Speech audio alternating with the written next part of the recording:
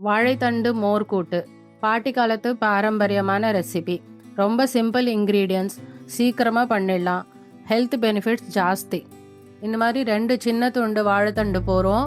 இதில் இருக்கிற நாரெல்லாம் பிரித்து எடுத்துட்டு சின்ன சின்ன பீசஸாக கட் பண்ணி எடுத்துக்கோங்க. தண்ணியில் கொஞ்சமாக தயிர் சேர்த்து கலந்து அதில் நறுக்கின வாழைத்தண்டு போட்டு வச்சா கருத்து போகாத இருக்கும்.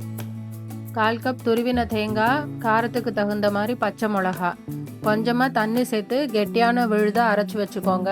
சில பேர் ஜீரகம் போட்டு அரைப்பாங்க, அது மோர் குழம்பு மாதிரி ஆகிடும். மோர் கூட்டுக்கு ஜீரகம் போடுறது கிடையாது. ஒரு கடாயில் நறுக்கின வாழைத்தண்டு பீசஸை சேர்த்து கொஞ்சமாக தண்ணி விட்டு வேக விடுங்க. ஜாஸ்தி தண்ணி ஊற்றிட வேண்டாம். ஒரு 2 நிமிஷம் மூடி போட்டு குக் பண்ணுங்க. இது சட்டுன்னு வெந்துடும்.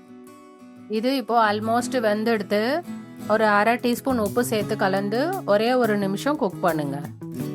வாழைத்தண்டு நல்லா வெந்தெடுத்து இதில் அரைச்சி வச்ச தேங்காய் பேஸ்ட்டை சேர்த்து நல்லா கலந்து விட்டுக்கோங்க. மிக்ஸி ஜார் அலுமின தண்ணியை கொஞ்சமாக சேர்த்துக்கோங்க. ஜாஸ்தி தண்ணி ஊற்றிக்க வேண்டாம்.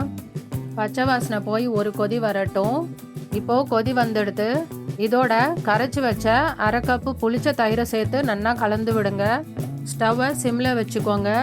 மறுபடியும் கொஞ்சமாக உப்பு, 1/4 டீஸ்பூன் பெருங்காய பொடி, பொடியாக நறுக்கின கருவேப்பிலை, கொத்தமல்லி சேர்த்து நல்லா கலந்து விடுங்க. ஸ்லைட்டாக ஒரு கொதி வந்ததும் ஸ்டவ் ஆஃப் பண்ணிடுங்க. இதுக்கு கடுகு மட்டும் தாளித்து கலந்து விட்டால் போகிறோம். சூப்பர் டேஸ்டி வாழைத்தண்டு மோர்கூட்டு ரெடி ஆகிடுது. இதை சாதத்தில் பசைஞ்சு சாப்பிடலாம், இல்லைன்னா ஏதாவது ஒரு தொகையல் சாதத்துக்கு தொட்டு சாப்பிட்றதுக்கு ரொம்ப நல்லா இருக்கும். ட்ரை பண்ணி பாருங்க.